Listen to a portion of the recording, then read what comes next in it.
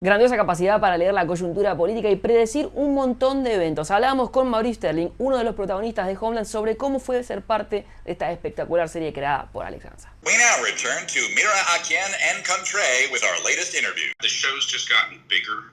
Yeah. It started off as such a very like a tight, almost independent movie feel. You know, there was some action, but not a lot. And now, you know, our schedules it used to be an 8-day shoot per episode. I think now we're up to 12. Yeah. It's just grown in size and proportion. Listen to me, Carrie. Somebody is paying O'Keefe a shitload of money to build a massive domestic propaganda machine. My story on Homeland is when I didn't even audition for the part of Max. I auditioned for a different part. So the whole ride has been a total surprise. I never expected, even after I was in the pilot, the first episode, I didn't know if I'd come back after that. I didn't know this odd little character, you know, what his life would be. So it's really been an unbelievable ride of going from first 3 seasons in Charlotte, still in the show, getting the phone call of how do you feel about going to South Africa, going to South Africa. And then I wasn't in season 5 in Berlin, so I just assumed, okay, cool, that's over. Came back in 6, 7, 8, and just it's been an incredible journey. Did she tell you to get the job here? No. Did she tell you to take that video of me? I said I never. Did she tell you anything about me? No. Nothing at all? No. We established with Max early on that maybe he's on the spectrum a little bit, maybe autistic, maybe has a little bit of Asperger's. And so one was maintaining that because Max's role has expanded and we've seen him in more and more challenging situations and more public situations where we see him dealing with the world more and more and more and more, and in situations where he's not on the edges, he's actually participating. He's going into the bot farm. He's putting his own life on the line. So to maintain a person who is uncomfortable with people having to fake being, and there are times when I've gone, I've gotten too comfortable, I need to, and Alex was good about saying, just keep that, make sure you keep that. You have to have a reason on Homeland to be there. You can't just be in the room. You have to have a purpose.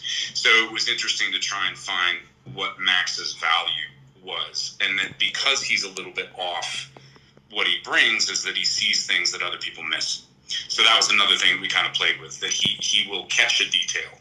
He will catch the anomaly. He will catch what's off. All this, job listings, each one leading back to this address. Some kind of startup. They're hiring like crazy. It's making it sound believable. It's making it look like you know what you're talking about. And realizing, you know, technicians, people who are very good in their field, when they're speaking technical terms, it just sounds very easy. Yeah. You know, you can't be overemphasizing, then you sound awkward. So it's really making the geopolitical, technical, military, espionage, and whatever the thing is, sound just easy. I read that you are not that good with technology, and that's like the main thing of your character. So what have you learned because of Max and you can use in your everyday life, maybe? I'm trying to think if I've learned. I don't know if I think it's probably I've learned more from my wife than from Max. But I think that what I've learned with technology, especially dealing with my parents, you know, you have to hang in there with it, and you can figure it out. It's a good place to practice before you throw the computer across the room. You know, give it another shot. What? I want a lawyer. All that tells me is you have no idea the shit you've landed yourself in. Did you talk to anyone to build this character? I talked to a couple different people. I talked to some friends who have autistic children, and I talked to some ex-military guys about how would this character fit? How could this character live in this world in a realistic way?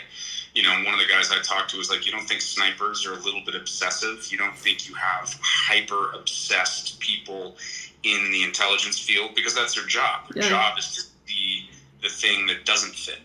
You know, they're watching for normal, not normal. And that's what, at least that's my take on it. And that is what made sense to me about Max. Yeah. And that he's honest. He's kind of off maybe answering the question. Max has been much more heroic than I first thought he was, and how he shows up, which was super cool to kind of discover as we went along.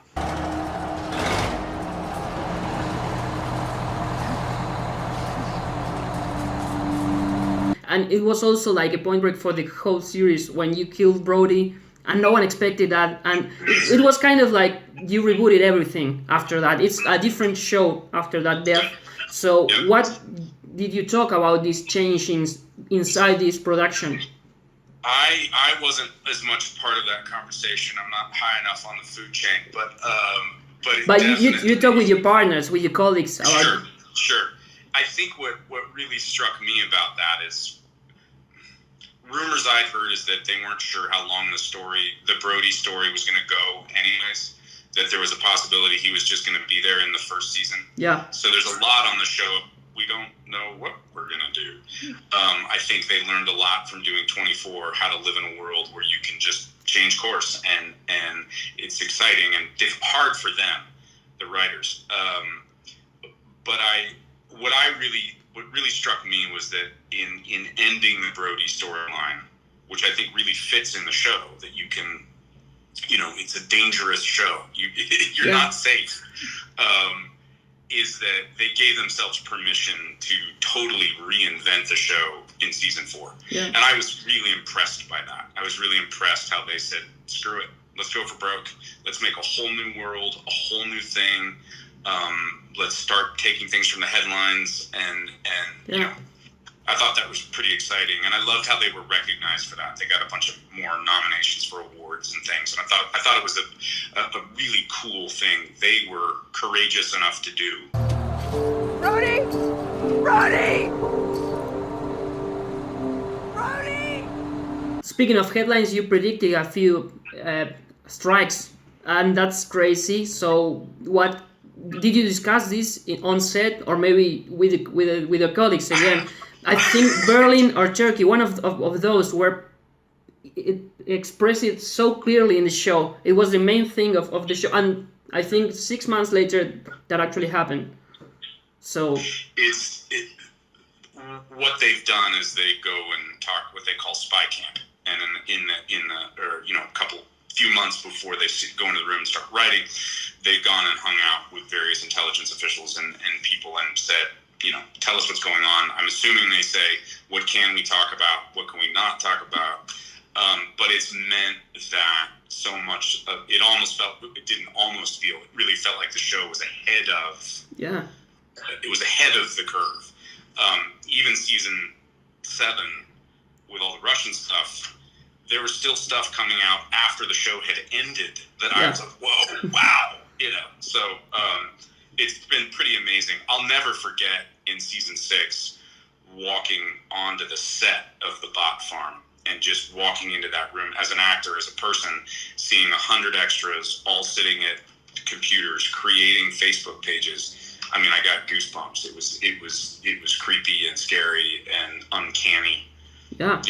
It was like, wow. I've loved Homeland, and I really do think they do. The writers, producers, creators really do the best they can to live within some semblance of reality and try.